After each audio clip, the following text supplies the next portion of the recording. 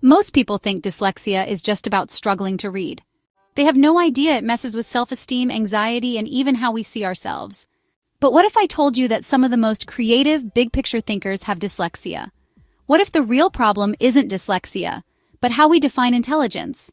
Today, we're diving into the hidden side of dyslexia, the struggles, the strengths, and why it's time to rethink what it really means to be smart. Dyslexia isn't just about mixing up letters. It's a whole neurological roller coaster that impacts learning, mental health, and even self-worth.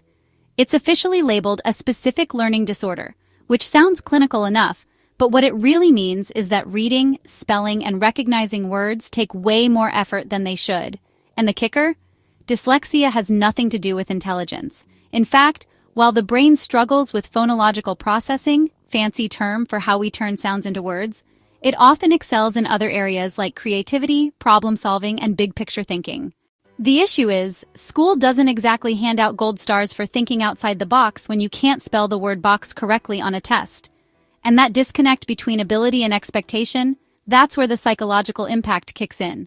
Kids with dyslexia often face repeated academic failures before they even understand what's happening, leading to frustration, anxiety, and the feeling that they're just not smart enough. Imagine working twice as hard as your classmates, but still falling behind. Yeah, that's a confidence killer.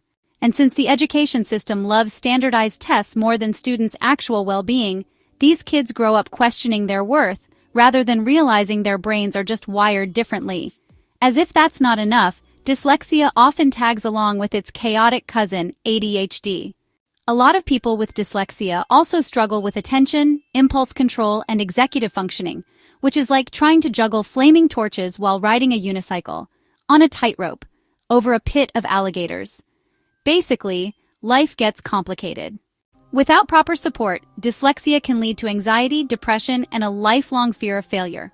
But with the right strategies, it can be a superpower. Some of the most innovative thinkers in history were dyslexic, because when your brain doesn't follow the beaten path, you find new roads entirely. I'll leave you to discuss in the comments. Do you think traditional schools do enough to support different ways of learning? You can support us by subscribing if you haven't already. Take care of yourselves, take care of your loved ones, and I'll catch you soon in another video.